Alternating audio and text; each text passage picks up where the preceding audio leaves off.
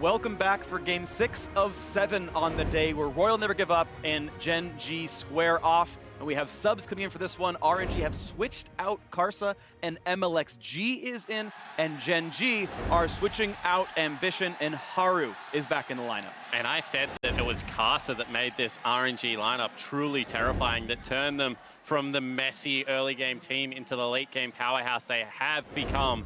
However, Mlxg, in times of need, has been able to rise to the occasion. He is a little bit of variance. He is quite the character. I'm excited to see whether the Spicy Hot Pot can do it once again. His first game at this year's World Championship.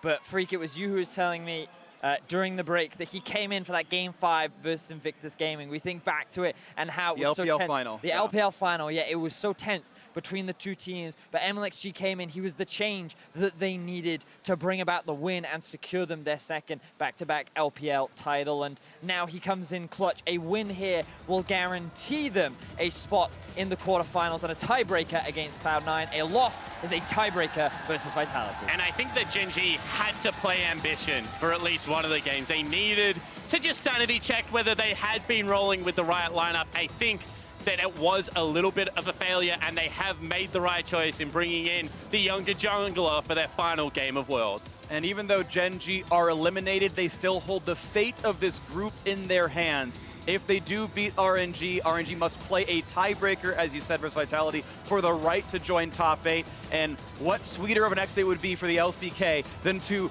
knock out or help knock out the LPL #1 as Thresh is locked in right away from Ming. Wow, that is a bold blind pick. I guess when all these supports are just banned off the table, they just wanted to make sure that they could get the next best. But you would imagine Gen.G are going to answer with something like a Nautilus, the common answer pick that we do usually see, and they get priority on the jungle. And this is interesting out of RNG, because they say we need to free up some mid and top lane picks. We need to be able to get some rhythm rolling in this. We've already highlighted how important Letme and Xiaohu have been in this series, and now the ability to generate some of that playmaking from Ming could potentially free up the draft to be able to do that. Spicy draft already, damage output here. The Irelia grabbed in pretty early, and there really aren't any mid lane bans away, nor more than just a couple of jungle picks out, so a lot of options here if Mlxg and Xiaohu want to punish this Irelia. Now the Kai'Sa is still up and available, often the go-to pick for Uzi, but when you draft in the Thresh, you're getting yourself an Aatrox. RNG are playing much more towards the early game style. They're looking to go for kills. They're looking for lane dominance. And while you can flex his Aatrox to both top and mid, RNG are definitely coming in with a new, more aggressive game plan. A little more pick to go in the first phase here. Bated breath around for everyone watching here and us as well, as we'll wait to see what RNG's third pick will be. And it is going to be more early aggression. Mlxg makes his Worlds 2018 debut on Olaf. Yeah, and it's a pick that we see now fairly common into the Taliyah. Something that at level 6 can challenge the Taliyah over a lot of her neutral objectives, farms at a similar rate as well. Mlxg is one of the junglers that has very creative paths, something that Olaf doesn't normally take the ability to capitalize upon, because he does just put the whole jungle on farm. But interested to see if he has something, you know, a little bit more special. Maybe it's a Black Cleaver Rush coming out and some outright aggression. And Gen.G, they've drafted themselves 2 flex picks, arguably 3 flex picks right now, being able to put the Taliyah into the mid or jungle. The Irelia can go top and mid, and the Shen can go top and support. So there's a lot of flexibility in their draft. So RNG, they may just want to take the Urgot off the board, just eliminate it from the pool so that Gen.G don't have that strong top side of the map. Hey, they can pick it as well at the same time. We've seen Urgot flex towards the mid lane. Haven't seen Xiaohu play it yet, I don't believe, at this Worlds tournament. However, certainly something they can look to have, especially given the fact that if it is Irelia mid, hey, you can even throw Aatrox into that matchup if you want to get very spicy. Well, the last regularly scheduled game of this group is going to wait on the bot lane carry picks here. Ruler and Uzi, arguably the 2 best AD carries. And I say AD carries because they play exclusively marksman in the world. Ruler, probably the biggest carry for Gen.G, and obviously Uzi, the same for Royal. And there's a lot left to grab here. Only Xayah and Kai'Sa off the table, and Ruler wants to aggress early on. Lucian is picked up. So you would imagine that this will be the Lucian Shen bot lane for Gen.G. The Irelia will likely go top in my eyes in the hands of CuVee, and we're still waiting for that mid lane pick. But again, there's so much flexibility in the draft that Gen.G have gotten for themselves. RNG now.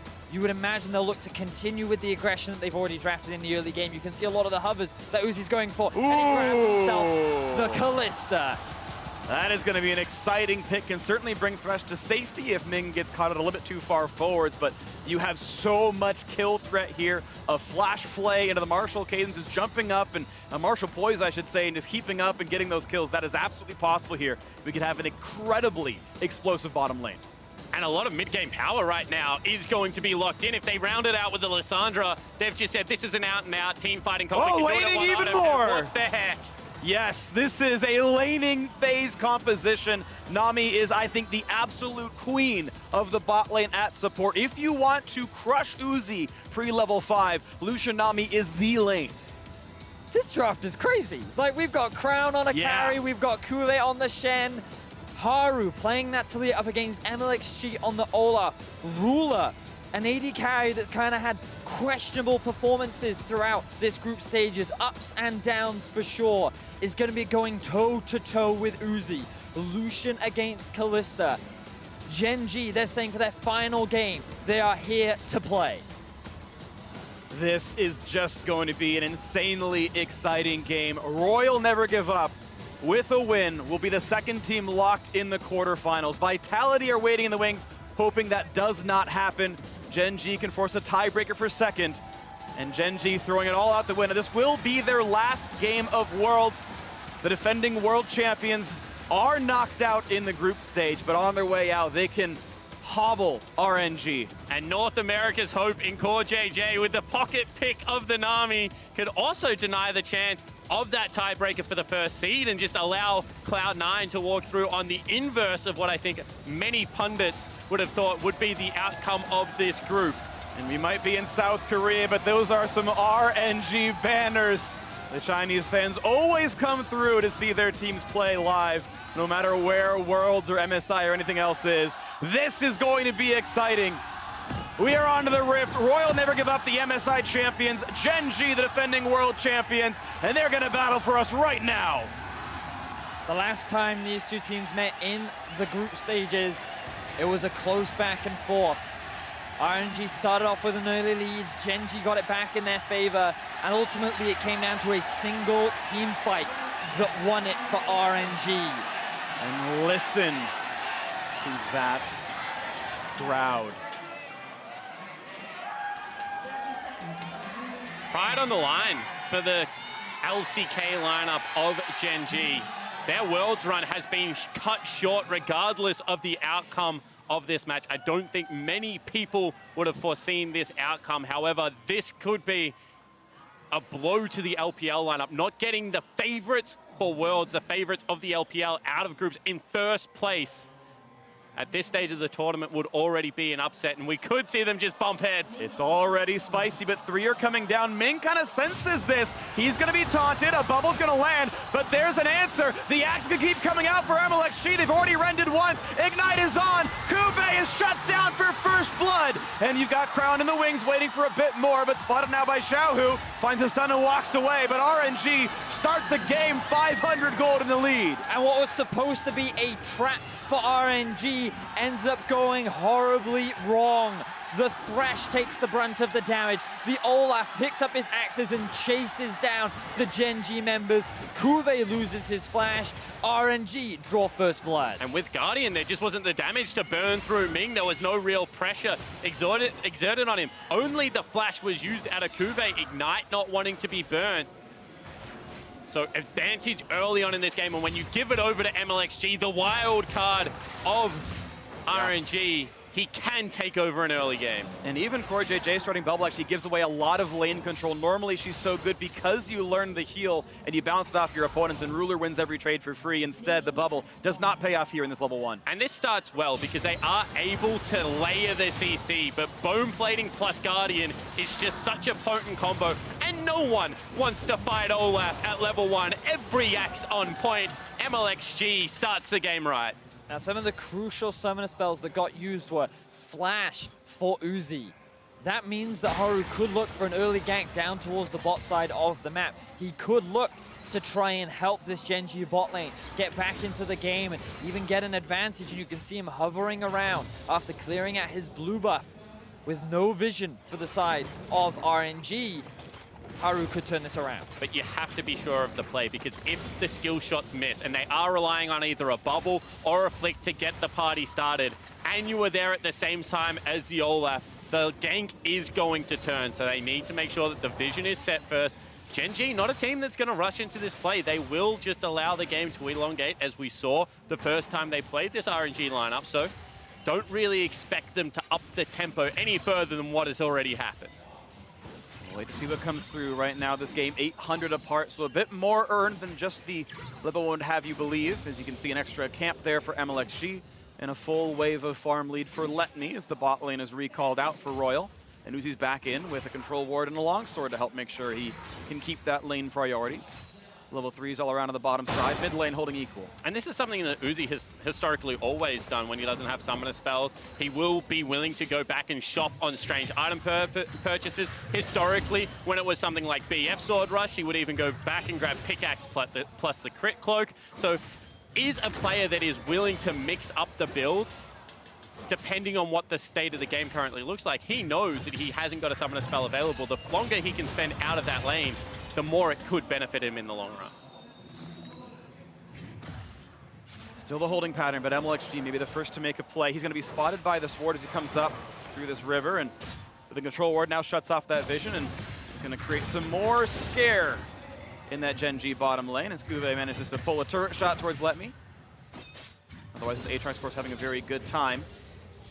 And now Mlxg is doing what he can to reclaim some control over the bot side of the map.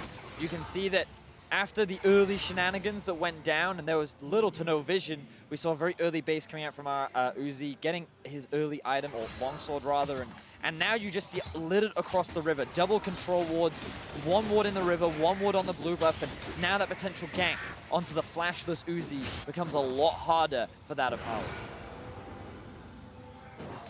Normally the Gen.G play style has been one of giving up very little and having lane priority and turret leads. We'll see if they do get some ganks through as Haru knocks down a quick sentinel and looks for the next move as that ward and many others start falling off. And now it is Gen.G who enjoys darkness in this side, but Mlxg feels safe with the fight with the control ward back, and maybe they'll be okay. Nice try on that hook.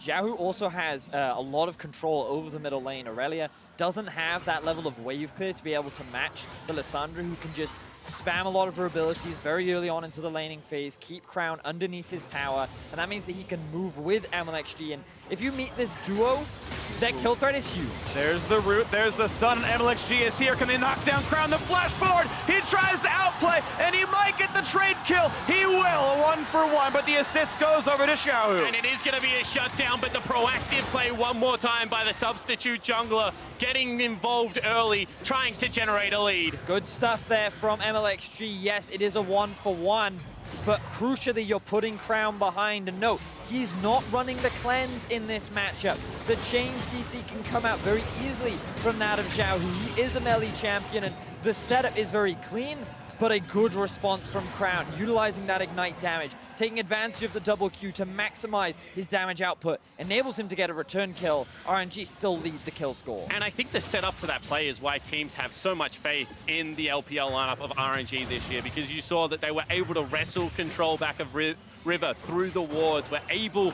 to once again make a good play through lack of vision for Gen.G that they were able to generate. This is an area that historically the LCK lineups have been supreme in their vision control. And I think that small glimpses of the brilliance of RNG like that still makes them one of the favorites of this tournament, regardless of the fact that they've fallen down 0-2 today. Yeah, wounded, but certainly an incredible team. And now a fight towards this red buff as Haru tries to push back Mlxg. And CuVee's on his way down. A 2 versus 2 here as Letme is here to join in. Now Crown the first to reinforce, but it's a 3v3 as Xiaohu joins up. And CuVee just going to blast cone right back out, but that gives numbers advantage to RNG. They've controlled the middle. They've divided and conquered maybe as Haru has to get away. It's not going to be the route yet. Xiaohu just going to walk right back, but takes a bit of damage for his troubles. All said, though, it's 3v1 for the red buff, and Haru will have to give away this control. You have to believe And indeed, Mlxg grabs it and is able to walk away. Surprised that Gen.G showed so much respect when Xiaohu didn't have ultimate, but I guess you don't want to go toe-to-toe with an early game Olaf or an early game Aatrox, so instead Gen.G just concede that part of the jungle, and they're slowly falling further and further behind. A 1,000 gold lead is now in the pockets of RNG, and Mlxg looking to continue pressure into Haru's jungle. I think another point was the fact that so much of the area had already been worked ground, so Haru was just running out of space to be able to generate significant damage. You can see all the circles already placed around the red buff. They go again onto Crown. Yeah, they threatened that one, but Mlxg not going to come through, and Xiaohu doesn't take the path in. It's just simple wave clear makes mid lane plus 11 CS. Top lane almost up 20, and as Ruler grabs this bit of farm, he'll still be down 10 as all is said and done in his matchup against Kalista. This is where I think RNG is at their scariest, because this time around they have legitimately 3 huge threats on the map that are all accelerated, all can play their game, and we'll see whether the Gen.G lineup can repel them. Well, Crown's going to try for something at the very beginning, gets damage into Xiaohu, who just wave clears and gets back out. The beginning of damages are there, as Xiaohu's going to take the recall now, and maybe not. RNG right now winning all across the board, huge CS advantages in every single lane, and while things looked pretty good for Ruler for a time, Uzi and Ming have kind of reclaimed control over that lane, and this Nami isn't really paying off in terms of laning prowess. Mlxg also utilizing the pressure that he has across the board to constantly move into the river, clear out the vision, force Gen.G to play on the back foot, and it continuously allows the RNG members to build their leads even further. And RNG overall, if they can close this game out, might be able to say that they might be happy with some of the game losses that they have taken and first hold on in the bottom lane. The Cullen getting some decent damage, but they'll stay alive. But RNG still have the control to get first place. The flash play. We're going to try one more time as the bubble comes across. And now looking for the re-engage. 3v3. Now Shen joins as well. And watch out as Ming's got to walk backwards. Now into CuVee. Slowed force the top backwards. Weaver's Wall comes down to buy some space. A big ton for Xiaohu. And they'll pick down Ruler. Look for another kill as Crown tries to reinforce. But CoreJJ will be shut down first. 3 versus 4 in the re-engage. And a nice lantern brings them to safety. Mlxg will keep running. And now Uzi wants to come back in. Will not be stunned. The hook will not land. But they might knock down Haru. He's flashless. He has no roads out. 5-1 RNG. And finally we see RNG turn a skirmish in the bottom lane, show their individual brilliance. They don't even bring their top laner down, and they still win the fight. RNG demonstrating the prowess of their team. Beautiful stuff from this RNG squad. They find 4 kills off the back of that. And now this gold lead is snowballing out of control. 4,000 in their advantage. Good stuff for RNG. And this started with aggression out of Ruler, out of CoreJJ, as this replay is brought to you by Ace of Predator. They thought that finally they would be able to turn this lane in their favor. They had Haru down here, but it was read like a book. You can see how early Xiaohu is on that teleport. And whilst they bring CuVee down here with the Shen ultimate, they're just not able to position well enough to make that play happen. Yeah, that flank from Xiaohu was beautiful. You talked about it, the setup was all there from RNG. They found themselves some early kills, and this is just overcommitment from Gen.G. They think that they can get something back, but 4 members versus 2. Uzi is still very alive. Ming, he doesn't really have to do much because Mlxg and Uzi can just chase the targets down. And the 2 things that you kind of have to remember with a comp like RNG's is that Xiaohu, the Q spam is going to be massive. As long as he has mana, he's going to be pumping out damage. Uzi is not spell reliant. He's just auto attack reliant. As the fight progresses, he does more damage. And then the Olaf really chasing back into that play, not taking stock of the situation. This isn't an R-reliant composition coming out of RNG, I think was the fatal flaw that Gen.G made there. And the whole tournament long, it has just looked like the inability to find rhythm, to get, you know, the execution. They split at the start of the play as opposed to going in the same area, and just more bad news for the LCK lineup. It is bad news. Gen.G very much on the back foot here. 3,500 gold down and starting to give away more and more of the map as the Rift Herald is likely to turn into yet another turret kill. So RNG get themselves farther and farther forward. And although RNG did get bruised today with 2 losses, they are still in control of their own destiny. They can still come out in first seed out of this group, and in a tournament with now the defending world champions, one of the favorites missing from the roster. That might actually help RNG's run towards the end, despite the couple of losses they did suffer. Gen.G having a very rough group stage, and RNG looking to get a little bit more to this one. Big damage on Letme, might have to pop the ult, and does, but that could be only the revive forced out. Health bar low, now Crown battling Xiaohu in the re-engage in, as Haru wants to get himself onto the scoreboard, but Letme flashes away and stays alive, but Mlxg answers on a Crown to the bot side, and it's now 6 kills for RNG. And Gen.G used the wall Hold to try that thought. Whoop. Well, that's a root. He's got the flash. No, he doesn't. He's going to try to run away. He'll knock back Haru. The red buff helps. The jungle itself is alive, and now it's Mlxg running away, a 1-for-1 in that. 2-for-1 overall, though, in favor of RNG. Letme walks away with the ultimate and flash. And while that wall was supposed to cut off Letme from his stick, we don't have time, another fight. They're just going to keep scrapping here into this one. Who's going to bring his teammate to safety? Knocked in the air, but they're fine. They managed to pull out the Shen ulti and stay alive. All right, they did get the summoner spell out of Uzi. There's also going to be a Rift Herald deployed into the mid lane. You can see RNG now thriving in the chaos, upping the speed in which this game is going to be played, saying, you know what, if you want to brawl, originally we were the Brawl Fest team. We have our Brawl heavy jungler in, and we will take this fight. And in this situation, Haru thinks, okay, I can get a huge chunk of damage off onto Letme. Even though we're in a 2 versus 2, we should still be fine. And then this wall, you think it cuts off Letme from his team. What it actually does is separate Crown from any kind of support. He's now left in the 2 versus 1. He did have his flash available, but he couldn't get out of that situation. And then Haru, he thinks he can go back into this. CuVee's not in a position to do so. Just when the taunt comes through, Xiaohu's still able to throw the Q out. He ends up finding that final kill, and RNG walk away with 2 kills. And that red buff has been super valuable for RNG this game. They've wasted so much time around and has been able to generate them kills and advantages. And Haru just not willing to give his jungle up, and they still don't have the prior prep to be able to defend it successfully. And look at Mlxg. 4-1-3 this game, 100% kill participation. We talked about how he came in for the final game of the LPL finals between RNG and IG, and he was the change that RNG needed to help them lock down that big series win and come out as champions. And now here, in the final moments when RNG need to find a win to lock in that quarterfinal spot, he is coming up big. And remember, before Uzi was the AD carry of the lineup, when it was Lucian, when it was Mutter in the bottom lane, Mlxg was still the wild card that they would throw at teams at international tournaments and look to have big performances. Historically has teamed up very well with Xiaohu. The synergy has been questioned, but today it looks on point. Ooh, the hook on one side, Lantern not grabbed just yet, and a potential re-engage as Gen.G shows 3, but RNG outnumber them. Not going to go in for this fight, though, and no one's down. Ming demonstrating once again how talented he is so far throughout this tournament, or rather has been throughout this tournament. A beautiful hook onto CoreJJ. Forces the teleport out from CuVee. He does cancel it, but he is really struggling in this 1 versus 1. They had the choice of the Urgot. They decided not to go for it, and Letme has had full control over this top lane.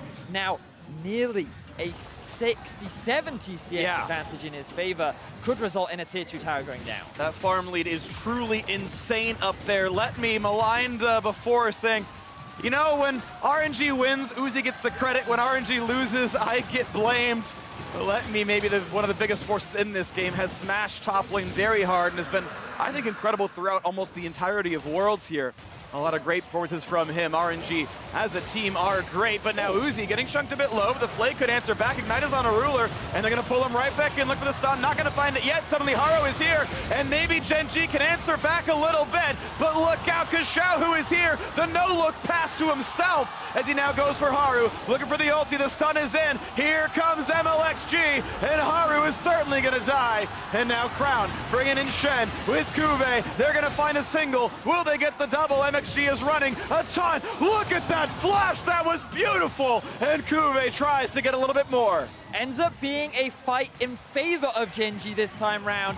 2 people end up going down. They gain a bit of priority, but what am I talking about? Letme's still in the top lane. He's still pushing. An inhibitor is now exposed. And this is the way I like to play top lane. You don't have any responsibilities. Farm up, take turrets, just make sure you're a nuisance. The rest of the RNG lineup is doing such a good job. Oh, here's Mlxg again. We're going to keep fighting. 13 kills so far. Make it a 14th as Mlxg finds yet another 6-1-3.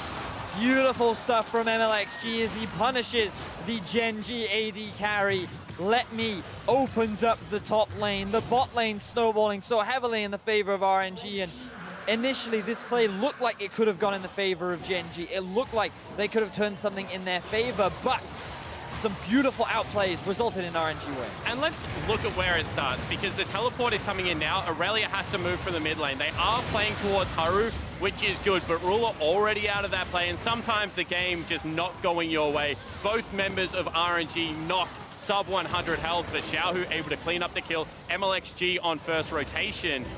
And whilst this was all going on, we had already mentioned the fact that in the top lane there was significant pressure, and the Aatrox just able to knock down turrets. Like, again, good flash there from CuVee, but all 5 members of Gen.G were forced down to the bot lane to at the very least make it a 2-for-2. In the end, it ends up going with more map control in favor of RNG. RNG yet to lose a tower, and they continue to put the pressure on. And this is what fans were hoping to see. As an LPL fan right now, you should be saying, we have 4 turrets on the map and 0 of them are in the bottom lane. The rest of the map is now stepping up and filling that void. This is what we need out of Letme, Xiaohu, if we are going to be the serious favorites for Worlds. And Uzi, 1-0-5, hasn't had to do all that much this game.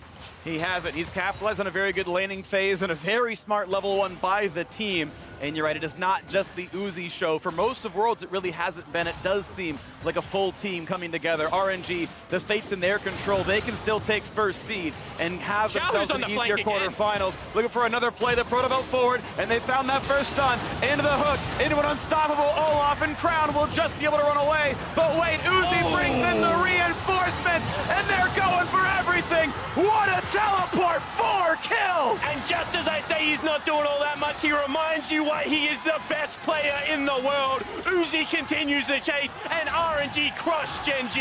Exquisite fight from RNG. The flank from Xiaohu was beautiful. And RNG, they want to prove that they deserve a quarterfinal spot. They want to go into that tiebreaker against Cloud9. They sit at a 10,000 gold lead 20 minutes into the game. And gentlemen, what else is there to do? They're in full retreat out of a turret in a lane where the tier 1 hasn't even been gone. But RNG are just first to the play every time and are now on the same page. Teams like this are why you watch the LPL. Look at that beautiful ult. And just the setup, let me happy to jump through.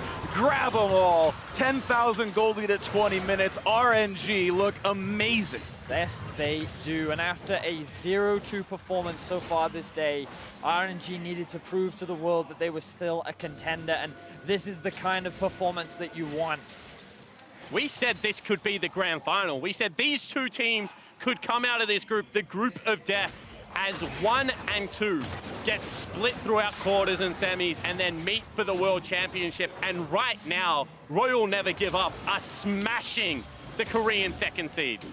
Absolutely, and unfortunately for Gen.G, their exit's coming pretty soon, and they did not rise to expectations. Sadly, they will not be defending their championship here. We already know they're guaranteed to be last place in this group.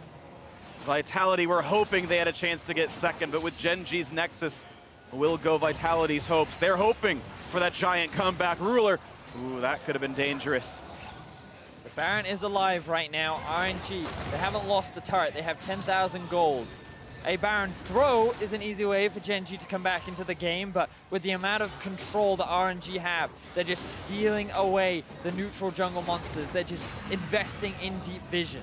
And it has before. You think back to their LPL final, Game 3 against Invictus. They were in heavy control there, and Invictus brought it to all 5 games with a huge comeback. Gen.G themselves back as Samsung Galaxy did it to SKT back in 2016, but this is a very long bridge to cross. And they have to win the team fight, because if Kalista can just stack spears up like this, you can't outsmite it. So they have to be able to enter the pit. They have to be able to go. And here's the play on the 2. CoreJJ puts the tidal wave down, and now the engage in a Crown. He's got a Shen ult. but he's going to be dropped, and it's 5v4 in the map, and Letme again jumps over the wall. He's looking for more, a double kill for Mlxg in his debut game of Worlds, and Ruler is about to have his reign cut short. Letme needs a W, one more shot will get the kill, and there's the stab, and CoreJJ, it's a Portal combat as Ming ensures that that will not be a recall. They're ready to push the base. RNG have 4 members topside, 3 members of Gen.G are dead. RNG could be looking to end the game right now. And I don't think CuVee can do it. 4v1, the turrets are falling. Royal never give up. The MSI champions are punching their ticket to the quarterfinals. They will slaughter Gen.G. It's a 23-minute win. And as the respawns come in, Gen.G will try their hardest to get the kills, and they're wearing the health bars down, but theirs dropped first. RNG's into the top 8. A dominant performance from RNG. While they did lose 2 games, they bounced back with the arrival of Mlxg into the roster. His early game impact was instrumental in snowballing everywhere. And after the first couple of kills, Gen.G just had no response. And their fate is still in their own hands. The Lee Sin pick was not working earlier in today. They bring in Mlxg, they change the game plan to Olaf to the early game, and he runs over the defending world champions. RNG, whilst down, can still exit this group as the #1 seed. They will take the stage again shortly, battling for that #1 spot. Not against Gen.G as many would have thought, but against Cloud9 from North America to see who gets the top seed, who gets the ostensibly easier quarterfinal matchup. Uzi, Mlxg, and the rest of Royal Never Give Up will be playing again very, very soon. And that's a terrifying performance. Like, you look at that, no matter who you are around the world, and you say, we do not want to play that team. When in form, they are so scary. They are very scary, and it's why they are probably the favorites to win the tournament, even after the bruises they may have suffered in the group stage. But now for more on that win, let's get a breakdown from the analysts. Thank you very much, Freak. You watch that and you say, I don't want to play against that. Well, guess what? C9's going to have to, as RNG have guaranteed themselves a knockout stage spot and now a tiebreaker against Cloud9 for that #1 seed. But Gen.G, again, the question was, would they be able to do something on their way out of the tournament? RNG, where they struggled all day, bring Mlxg in to be the difference maker this time around. And that is a big shift in style, because Mlxg, we know how he plays. He's a one-way player. The Olaf kind of really symbolizes him as a player. And from the early game, they blew this one open, and very quickly you knew that Gen.G were not going to be picking up a single win today. First Korean team to go 0-3 on a match day. And, I mean, it started so early on, even like the level 1 first blood, but then the first big fight that really broke out, you just saw how much more coordinated they were with their aggression. And Xiaohu had a monstrous performance on the Lissandra time and time again, finding multiple different targets. And you can see just Gen.G not really playing with their head, charging into a 2v4. And I was honestly shocked, even just the draft, the last pick Nami into a Thresh Kalista, that seems like one of the scariest lanes you could ever play into as a Nami. But, I mean, Mlxg is like that kind of X factor we were talking about at the top of the day, that like you bring him in and the whole team changes around it, because it wasn't just like, oh, an Olaf picked to control the early game. They also comboed it with the Kalista Thresh, super aggressive bot lane. And he's always been known as a more feast or famine jungler. This time around, definitely feast. Picking up MasterCard player of the game, Mlxg, stepping up to help his team secure that knockout berth. And you remember that League of Legends at the highest level, especially while it's a squad game, not necessarily just the 5 starters, and Mlxg comes in, sets the tone. The level 1 here was so key. It's not like Gen.G came with any wind in their sails. From this level 1 onwards, they didn't quite roll over, but they certainly weren't mounting a heroic defense. Yeah, they definitely weren't, and Mlxg made sure that wasn't going to happen as he continued to make plays happen around the bot lane. He just kept going and going, but the entirety of RNG did step up around him as well. Let me look great on the Aatrox, like we already said, Xiaohu on the Lissandra. With that, I actually want to turn our attention quickly now to the match at hand. The tiebreaker for the first and second seed between Cloud9 and RNG. Spawn said it. That's a terrifying version of RNG to have to face. Cloud9 just watched that game unfold, and here they are now tasked with taking them down.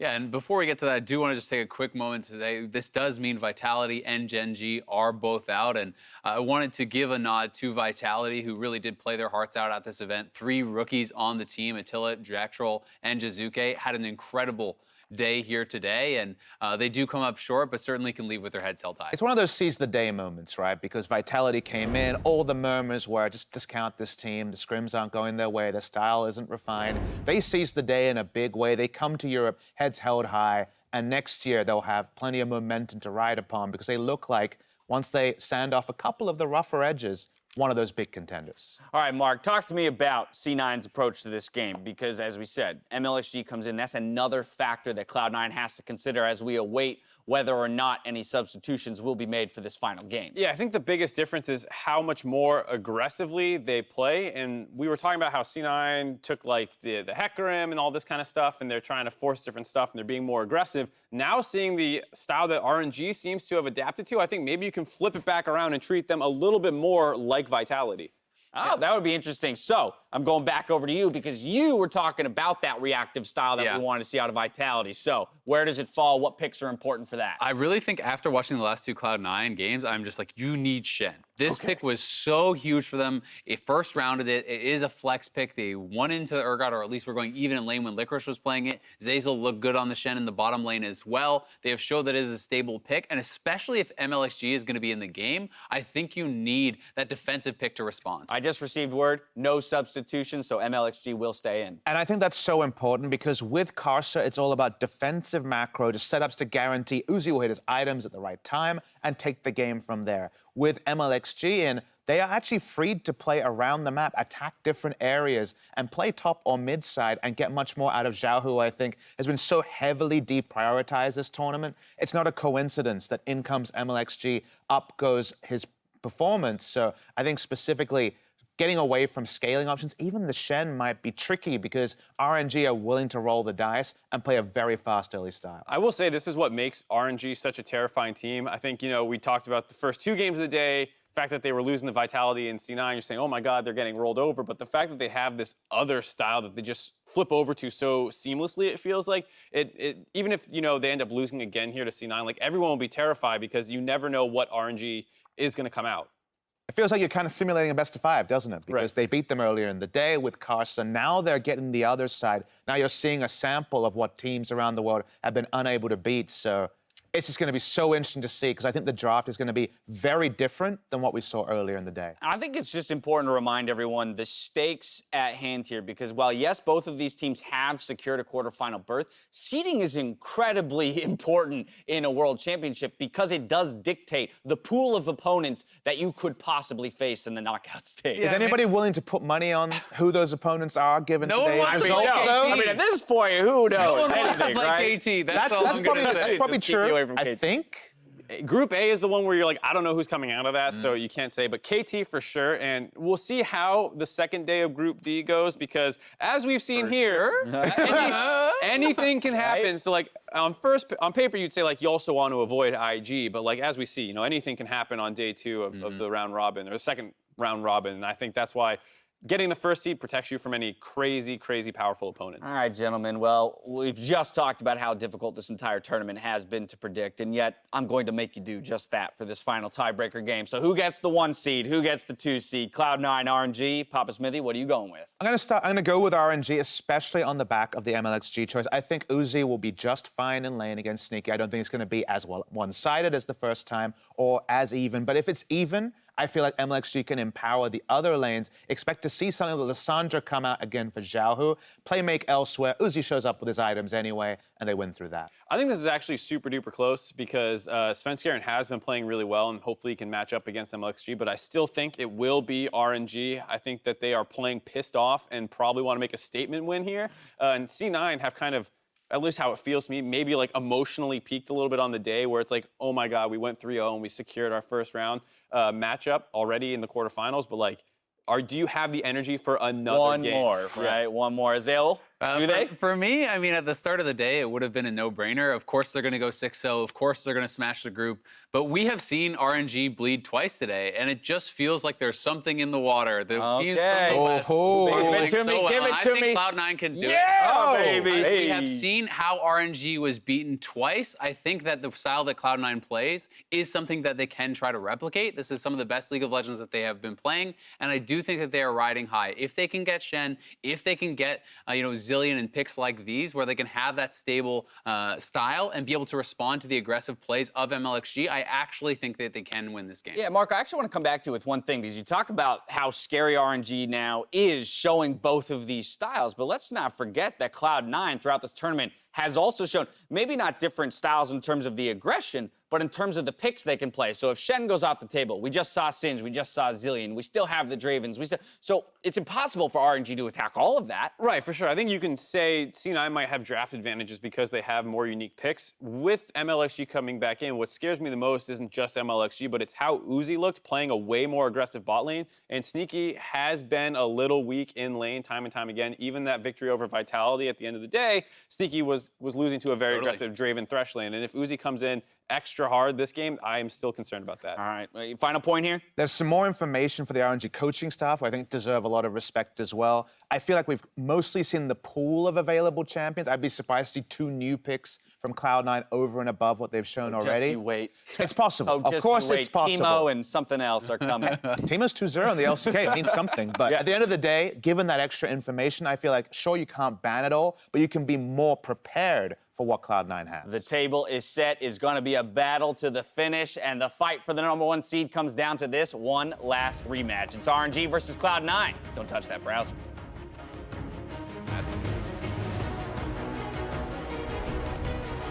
The axe can keep coming out for Mlxg. They've already rendered once. Ignite is on. CuVee is shut down for first blood. Mlxg is here. Can they knock down Crown? The flash forward. He tries to outplay, and he might get the trade kill. Crown battling Xiaohu, and the re-engage in as Haru wants to get himself onto the scoreboard, but Letme flashes away into an unstoppable Olaf, and Crown will just be able to run away. But wait, Uzi brings in the reinforcements, and they're going for everything. What a teleport! Now the engage in a Crown. He's got a Shen ult, but he's going to be dropped, and it's 5v4 in the map, and Letme again jumps over the wall. Royal never give up. The MSI champions are punching their ticket to the quarterfinals.